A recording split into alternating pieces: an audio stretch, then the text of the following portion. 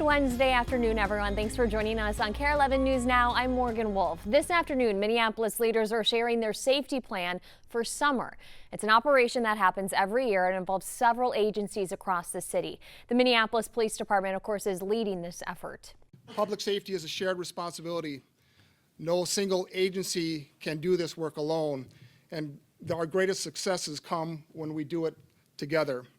Operation Safe Summer has a proven track record of results, arresting violent offenders, recovering illegal firearms, seizing dangerous narcotics, and disrupting criminal activity that harms our neighborhoods. That was a newly appointed interim MPD chief, Bill Peterson. He says that MPD is working with those other agencies to hone in on what he called a small number of criminals committing a large amount of crime, and doing that, making the city safer. So MPD says that the Operation Safe Summer has resulted in close to 400 arrests of violent offenders and more than 140 guns taken off the streets in the 5 years since its inception. New today, the Minnesota Star-Tribune announcing it is cutting 15% of its workforce. The Tribune says that this comes as they are eyeing a potential new ownership structure. They say that the cuts will be made across every department, including the newsroom, which will lose 25 journalists. It was just last year when 125 employees were laid off after closing its downtown Minneapolis printing plant. Also just this year, they won a Pulitzer Prize for their coverage of the Annunciation school shooting. This summer, Minnesota will be home to one of the most heated Democratic Senate primaries in the country, and that is between Lieutenant Governor Peggy Flanagan and Congresswoman Angie Craig. Flanagan got the endorsement of her party at this weekend's state convention, but Craig says that primary voters should decide the nominee. Danny Spiewak talked with both of them this week. With control of Congress at stake, two high-profile Democrats in Minnesota are aiming for the U.S. Senate seat left open by Senator Tina Smith.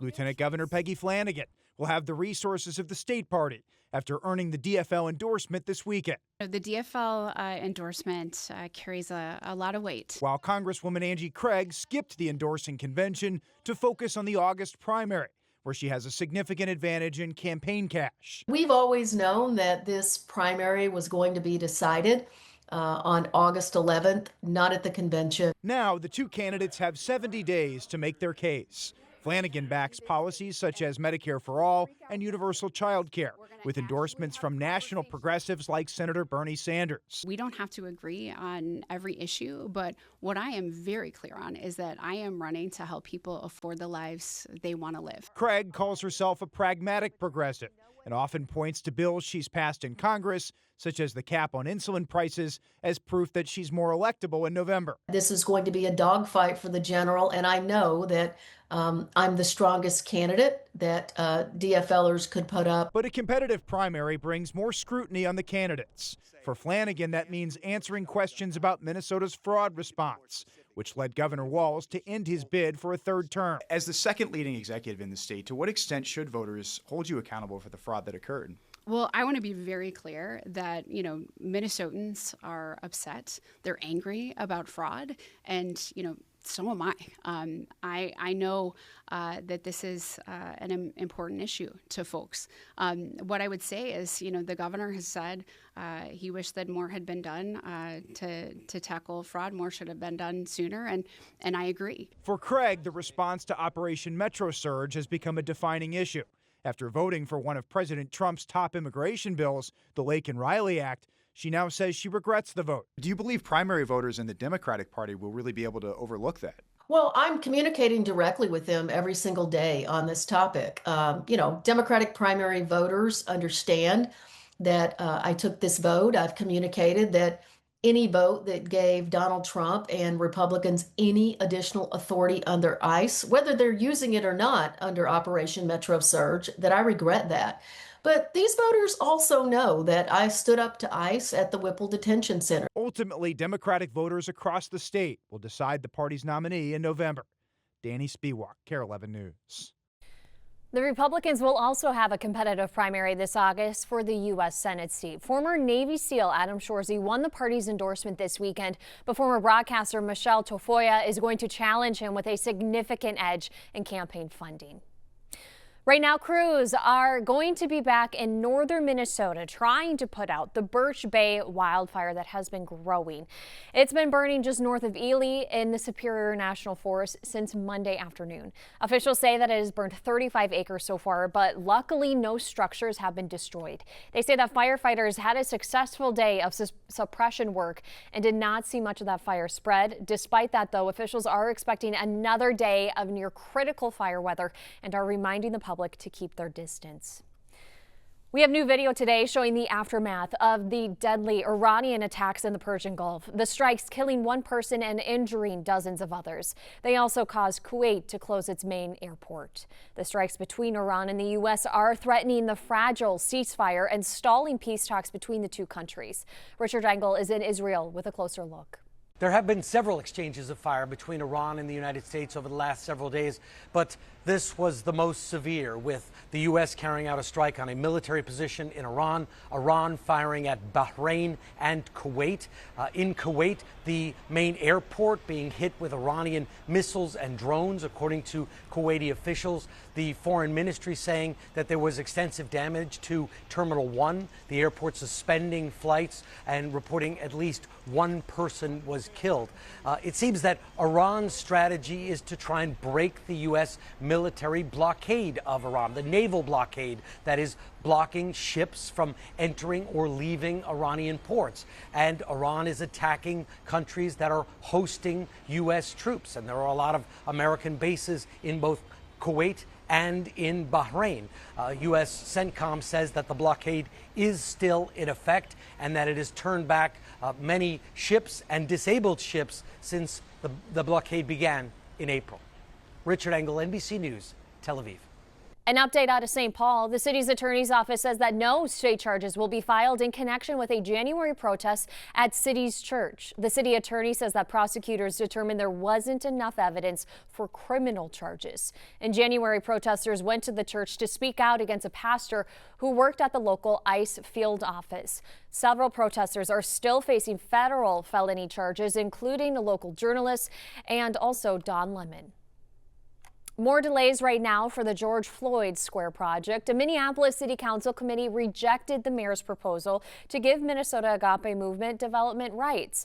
The People's Way project would have involved replacing the old gas station at 38th in Chicago, turning it into a 6-story building with a cafe and museum. However, several council members said that that is not the plan they or the community supported. We are concerned that the Minnesota Agape Movement may not have the experience and support for carrying out this proposed project. The proposal still has to be voted on by the entire council. If they also deny it, the mayor then will have to decide whether to veto. New today, Allina Health hospice nurses are heading back to the bargaining table. Union leaders are sitting down with the hospital today. It comes less than 24 hours after nurses voted to authorize a one-day strike if the negotiations don't go well. Union leaders say that they are fighting for a better work-life balance, fair caseloads, and also holiday pay.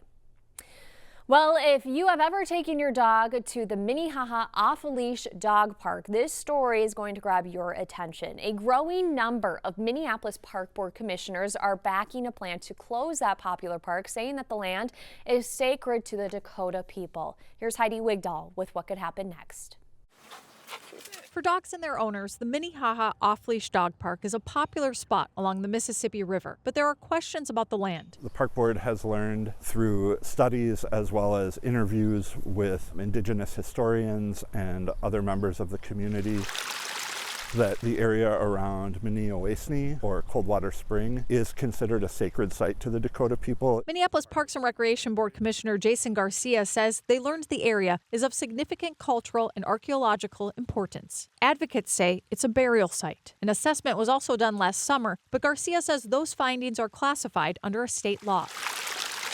It didn't feel right to continue to use it as an off-leash dog park. Commissioner Garcia is introducing a resolution to begin the process of decommissioning the off-leash dog park. Having access to a large free-range dog park, super great. Like, she loves being off leash and kind of just running around. But Eric Carbonell says if it shuts down, there are plenty of other off-leash parks. So if they have to remove one to honor cultural or spiritual significance, that's fine. I understand they want to keep the dogs off the bluffs. I am all for that. I used to go up there occasionally with my dogs. I don't anymore since I heard about that. Mark Mendel comes here every day with his dog, Zorro. And this is a sacred space to a large, diverse community. I was all for putting up a fence to block off the bluff, but I understand some of the Native American community object to that. I'm respectful of their views, but bigger signs, be respectful, keep your dogs off the bluff. I think that would do it. The advisory council and the tribes have said that's your boundary, that's not our boundary of where the sacred site, ends, where the National Park Service land is. Maggie Lorenz serves on the Park Board's Native American Advisory Council. For Native people, it's never been an appropriate use, and that's something that we would have wanted to ever see at that location. These places are like our church almost, or like our graveyards or cemeteries. We just want them to be treated with the respect that other places are treated for people that go and pray and go and visit their deceased relatives. That's all we're looking for. We wanted to make sure that we were trying to combat the systemic removal of Dakota people from their lands, particularly these sacred sites.